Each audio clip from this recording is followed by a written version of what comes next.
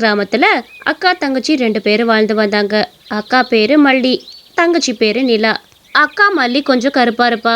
ஏமா மல்லி, கடன் வேணும்னு கேட்டிருந்த, எவ்வளோ வேணும்னு சொல்லுமா. நீ அம்மா அப்பா இல்லாத பொண்ணுங்கனால தான் உங்களுக்கு உதவி பண்ண வரேன் பார்த்துக்க, அது உன்னோட முகத்துக்காக. சரி, எவ்வளோ கடன் வேணும்னு சொல்லி தரேன். ஆமா, இப்போதைக்கு எனக்கு ஒரு 30,000 ரூபாய் தேவைப்படுதுமா. 30,000 மட்டும் எனக்கு புரட்டி கொடுத்தீங்கன்னா என்னோட தங்கச்சியோட காலேஜ் ஃபீஸ் எல்லாத்தையும் நான் கட்டிடுவேன். அவன் நல்லா படிக்கணும், அதானே எனக்கு ஆசை. அப்புறம் மாதம் மாதம் உங்களுக்கு நான் சரியான வட்டியை கொடுத்துருவேம்மா.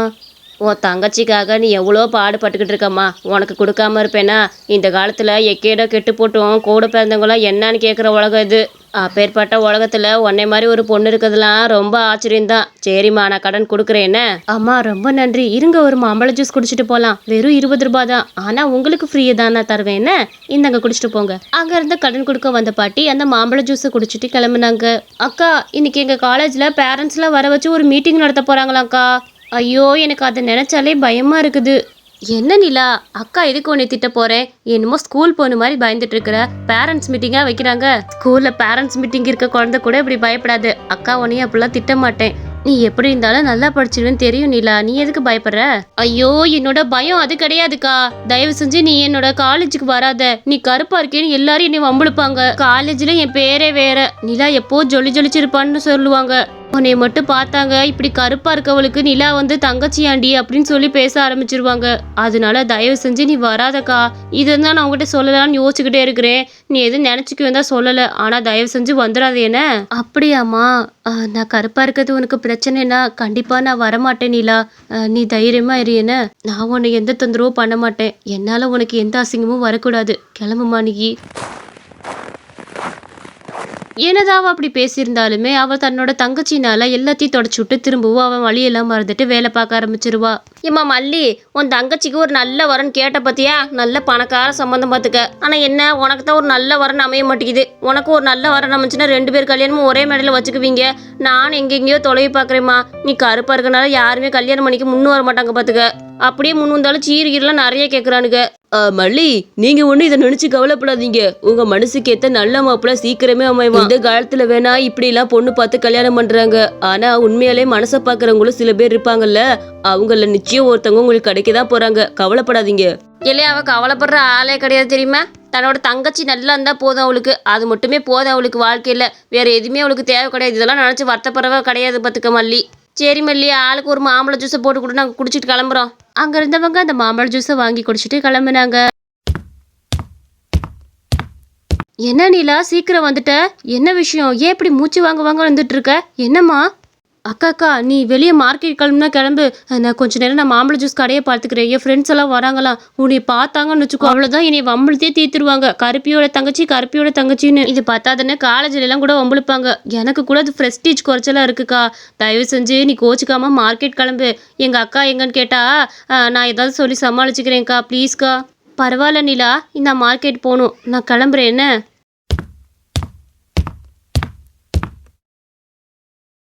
ஏண்டி நிலா, எங்கடி உன்னோட அக்கா? உங்க அக்காவை பார்க்கணுன்னு ரொம்ப நாள் ஆசை. இன்னைக்காச்சும் உங்க அக்காவை பார்க்கலான்னு வந்தா இன்னைக்கும் காணா. நீ என்னடி மாம்பழ ஜூஸ் கடையை பார்த்துட்டு இருக்கிற? உங்க அக்கா எங்க தான் போனாங்க? ஒரு தடவை உங்களை கண்ணில் காட்டு. நீ ஏன் இவ்வளோ அழகா இருக்கும் போது உங்க அக்கா எவ்வளோ அழகா இருக்காங்க அக்கா பார்க்க வேண்டாமா? ஏண்டி, எங்க அக்கா எந்த நேரம் பார்த்தாலும் கடையில் இருந்துட்டேவா இருப்பாங்க? அவங்களுக்கும் சில வேலைகள்லாம் இருக்கும்ல. மார்க்கெட் போயிருக்காங்க, கொஞ்ச நேரத்தில் வந்துருவாங்க. ஆனால் அது வரைக்கும் நீங்கள் காத்துட்டு இருக்க முடியாது. நீங்கள் மாம்பழ ஜூஸை கடிச்சிட்டு கிளம்புங்க. நான் இன்னொரு நாள் எங்கள் அக்காவை கண்டிப்பாக காட்டுறேன். ஏடி, தினமும் இதே தான் சொல்ற. உங்க அக்கா ஒரு தடவையாவது எங்க கண்ணில் காட்டே. உங்க அக்காவை பார்க்கணும்னு ஆசையா இருக்குடி. உங்க அக்கா ஃபோன்ல எல்லாம் எவ்வளோ சாஃப்டா பேசுவாங்க. அதுக்கேற்ற மாதிரி அவங்களோட ஃபேஸும் இருக்கும்னு நினைக்கிறேன். உங்க அக்கா ரொம்ப அழகா இருப்பாங்கன்னு நினைக்கிறேன். அவங்கள ஒரு தடவையாவது பார்க்கணும். நான் தான் சொல்றேன்ல, எங்க அக்காவை கண்டிப்பா நான் காட்டுறேன், நீ கவலைப்படாதீங்கன்னு. அப்புறம் என்னடி, இன்னொரு நாள் காட்டுறேன். இப்போ நீங்க மாம்பழ ஜூஸை குடிச்சிட்டு கிளம்புங்க தயவு செஞ்சு. நிலா, ஒரு நிமிஷம் நிலா,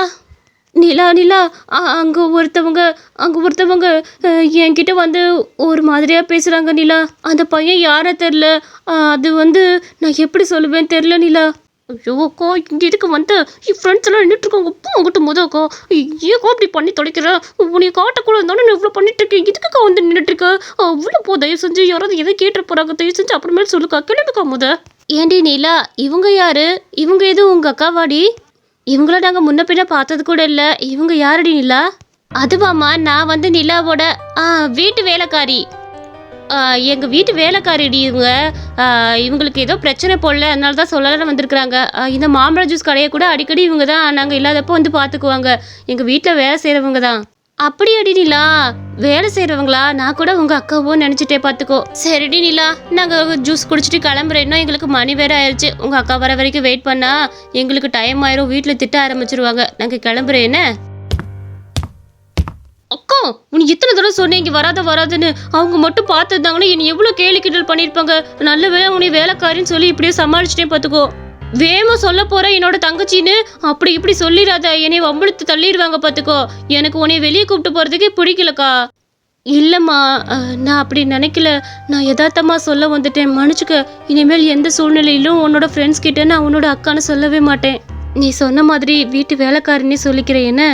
நிலா, அங்க ஒரு பையன் என்கிட்ட சில விஷயத்த கேட்டான் நிலா. ஏங்க அக்கா, ஒரு நிமிஷம் நில்லுங்க. என்ன தம்பி, என்ன வேணும் சொல்லு. நான் அவசர வேலையா வெளியே போயிட்டு இருக்கேன்ப்பா, கொஞ்சம் சீக்கிரம் சொல்லு. உங்கள்கிட்ட இது விருப்பமா என்னன்னு கேட்கறதுக்கு எனக்கு உரிமை கிடையாது. ஆனா அவன் என்னோட அண்ணனை கேட்டுதாகணும். என்னோட அண்ணனுக்கு உங்களை ரொம்ப ரொம்ப பிடிச்சிருக்குன்னு சொல்றான். நீங்க அவனை கல்யாணம் பண்ணிக்கிட்டா அவன் வாழ்க்கை நல்லா இருக்கும்னு நினைக்கிறான். நீங்க என்னக்கா சொல்றீங்க? தயவு செஞ்சு அவனுக்கு கொஞ்சம் கல்யாணம் பண்ணிக்கிறீங்களா? அவனுக்கு எந்த பொண்ணுங்களையுமே பிடிக்கல, உங்களை தான் பிடிச்சிருக்காமா. சின்ன வயசுல இருந்து உங்களை தான் நினைச்சுக்கிட்டு இருக்கான். என்னப்பா சொல்ற? எனக்கு இதெல்லாம் சுத்தமா பிடிக்காது. வேணாம், எனக்கு இந்த மாதிரி இதெல்லாம் வேணாம். தயவு செஞ்சு விட்டுருங்க. எனக்கு என் தங்கச்சியை நல்லா செட்டில் பண்ணணும் தான் ஆசை. மற்றபடி எனக்கு எந்த ஆசையும் கிடையாது. அவங்க அண்ணன் கிட்ட சொல்லிடு, எனக்கு விருப்பம் இல்லைன்னு. அக்கா அக்கா அக்கா, அப்படிலாம் சொல்லிடாதீங்கக்கா. என் அண்ணன் உங்க மேல உயிரே வச்சிருக்கிறான். ஒரு நாள் முழுக்க உங்களை நினைக்காம நாளே இருக்காது தெரியுமா உனக்கு?